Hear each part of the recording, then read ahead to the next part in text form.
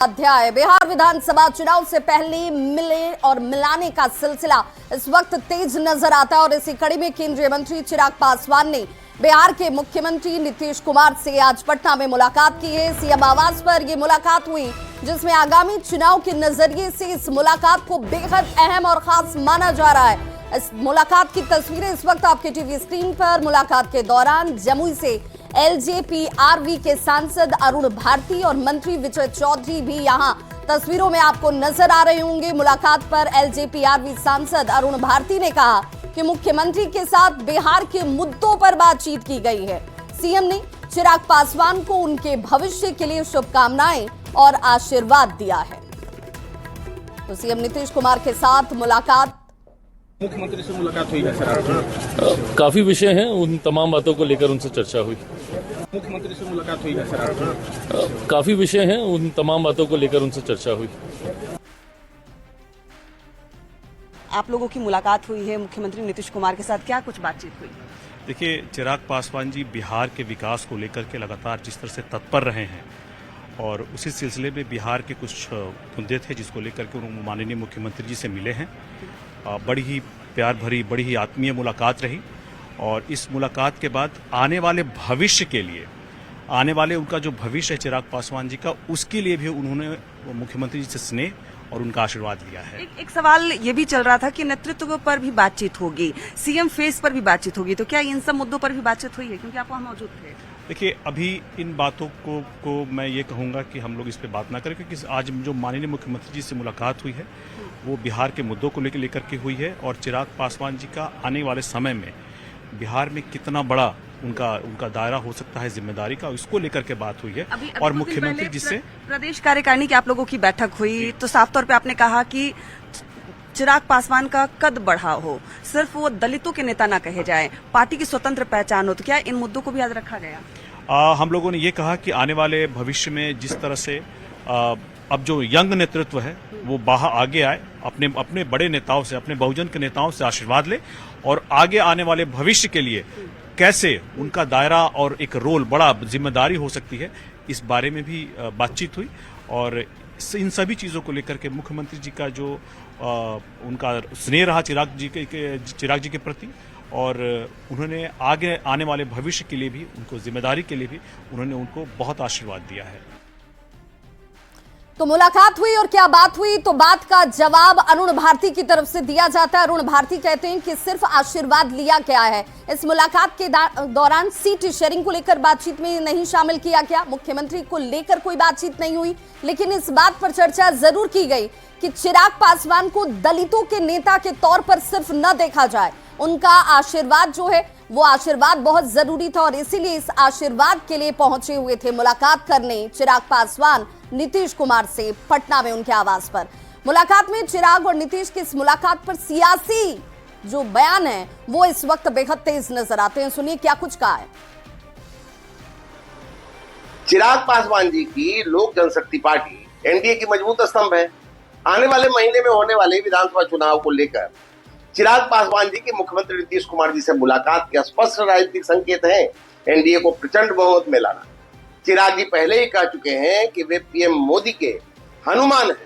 अब हनुमान जी पीएम एवं सीएम के विकास कार्यों की गदा लेकर बिहार में कूद पड़े हैं कि मजबूती से उनकी पार्टी और गठबंधन नीतीश जी के नेतृत्व में चुनाव लड़ेगा और न्याय के साथ विकास के एजेंडे पर जनता मुहर लगाएगी। एक तरफ एनडीए का सशक्त कुनबा है जहां एक सशक्त नेतृत्व नीतीश जी के रूप में है और दूसरी तरफ महाठगबंधन के लोग हैं जहां आपसी नोरा कुश्ती है।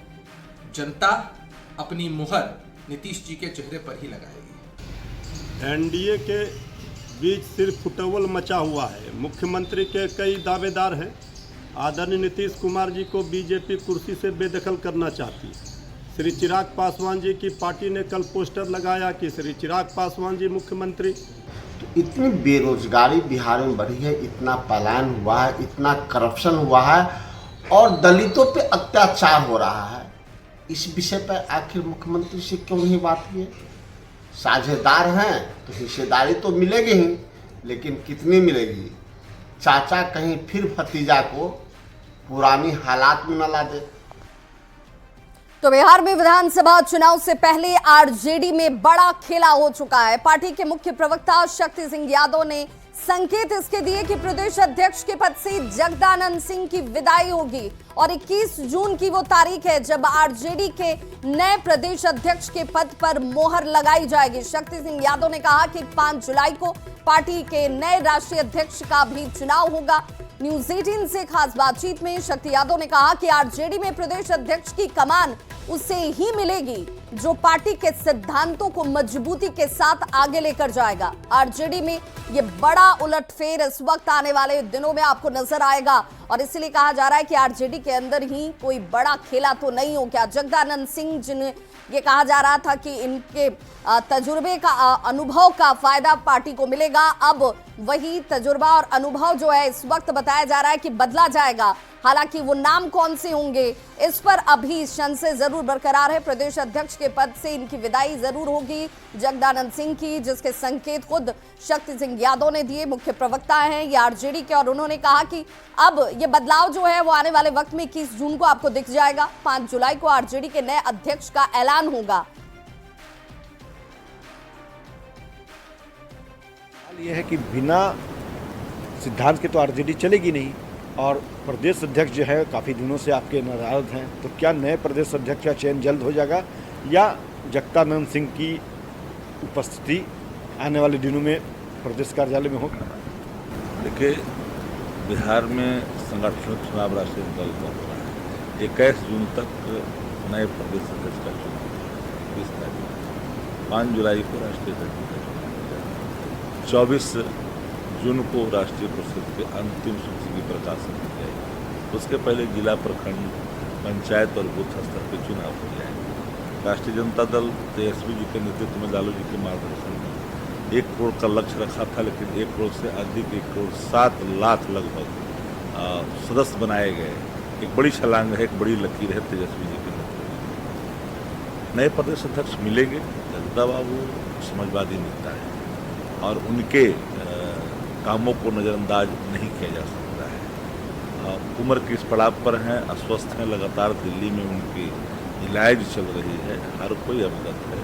उम्र के इस पड़ाव पर अधिक संघर्ष, अधिक प्रतिदिन बैठने के लिए डॉक्टर ने लंबे समय से मना किया है। यही कारण है कि चेयर पर बहुत देर नहीं बैठता। क्या ये माना जाए, जो जानकारी है हमें, कि नए चेहरे की तलाश है और जल्द नए चेहरे मिलेंगे और लालू प्रसाद यादव का आशीर्वाद और तेजस्वी का जो है साथ के साथ नए प्रदेश अध्यक्ष जो है वो कार्यालय में दिखेंगे?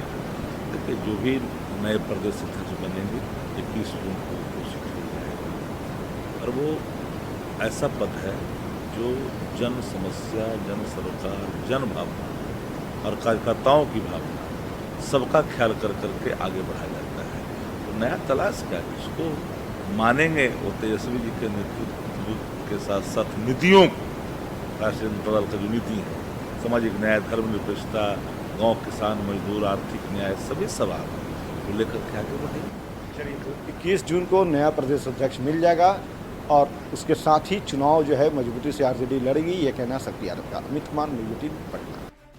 तो जगदानंद सिंह पर आरजेडी के शक्ति यादव के बयान के बाद से एनडीए नेताओं ने इस पर जोरदार हमला किया है और पार्टी के आंतरिक लोकतंत्र पर सवाल खड़े किए हैं।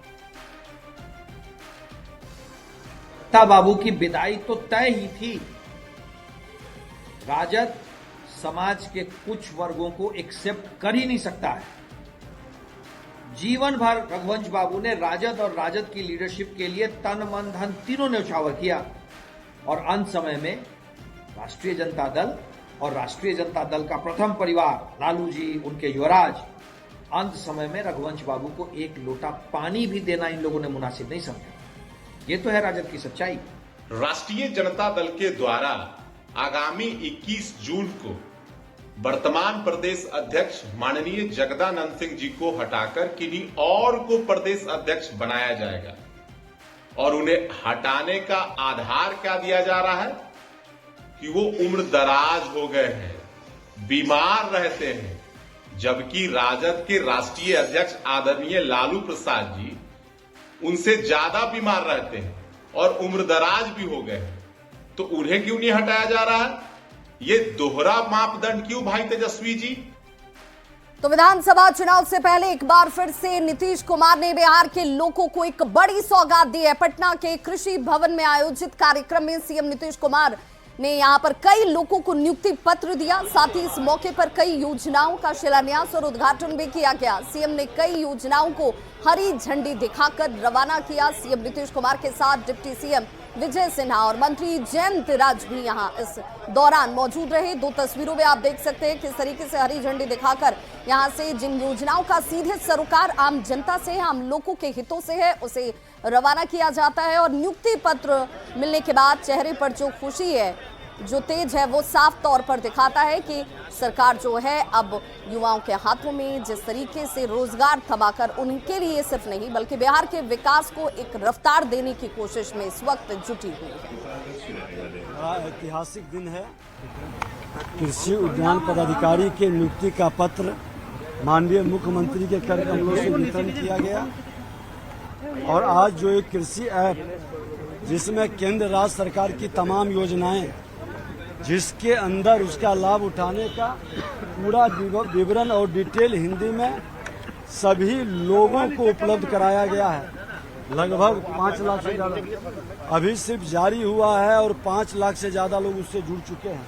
अभी कृषि उद्यान पदाधिकारी के नियुक्ति पत्र बांटा गया है और माननीय मुख्यमंत्री जी के द्वारा चौथे कृषि रोड मैप और प्रधानमंत्री मुख्यमंत्री का किसानों के प्रति, कृषि कार्य से जुड़े श्रमिकों के प्रति जो सोच है, जो कल्याण का भाव है, उसके उत्थान का ये सब नए क्रांतिकारी तकनीक परिवर्तन है। आरसीपी सिंह और प्रशांत किशोर के साथ आने और कल्याण बिगहा से जनसंपर्क अभियान की शुरुआत करने पर बीजेपी के सांसद संजय जायसवाल ने इस पर जमकर निशाना साधा। संजय जायसवाल ने कहा कि कौन कहां जाता है और क्या करता है, इससे एनडीए को कोई फर्क नहीं पड़ता।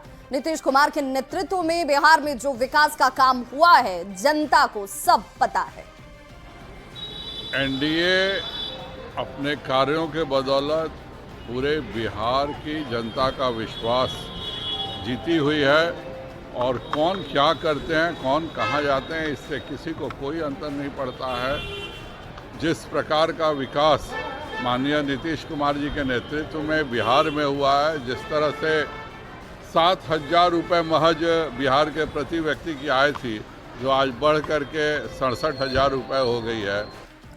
और इस वक्त बड़ी खबर आ रही है बिहार प्रशासनिक सेवा से जुड़ी हुई, जिसमें 17 अधिकारियों को प्रमोशन दिया गया है, उनकी प्रोन्नति की गई और कई अधिकारियों को ज्वाइंट सेक्रेटरी में प्रमोशन प्राप्त हुआ है। कई अधिकारियों को विशेष सचिव के तौर पर प्रमोशन मिला है, कई अधिकारियों को अपर सचिव में प्रमोट किया गया है।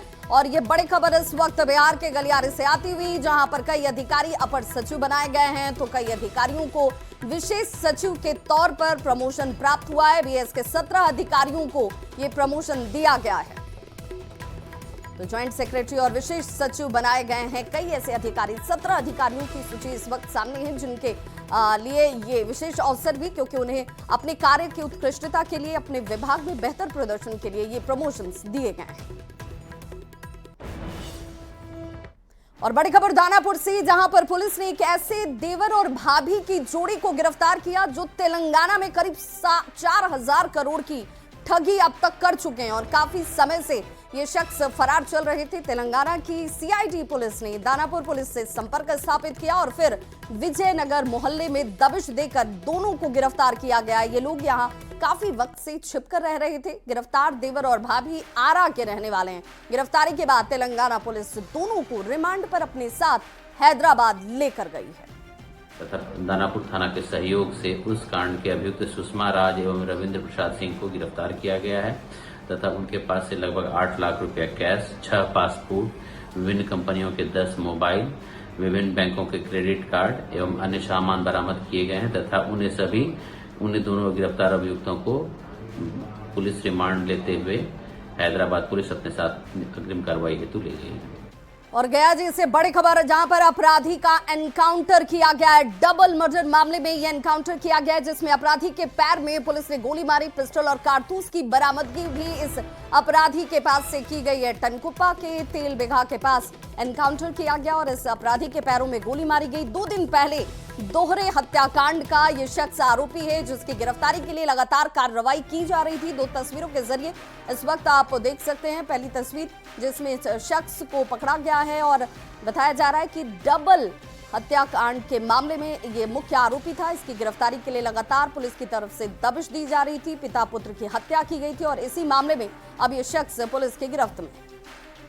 और उस व्यक्ति को नीतीश को देखा गया और उसको गिरफ्तार करने का प्रयास किया गया और उसके द्वारा हमारी टीम पे फायर किया गया और पुलिस के द्वारा भी आत्मरक्षार्थ फायर किया गया, जिसमें जो अभियुक्त है नीतीश, उसके पैर में गोली लगी है और उसको तुरंत सुरक्षात्मक दृष्टिकोण से पुलिस ने ANMCH भेजा गया है, जहां उसका इलाज चल रहा है और मौके पर FSL की टीम को बुलाया गया है।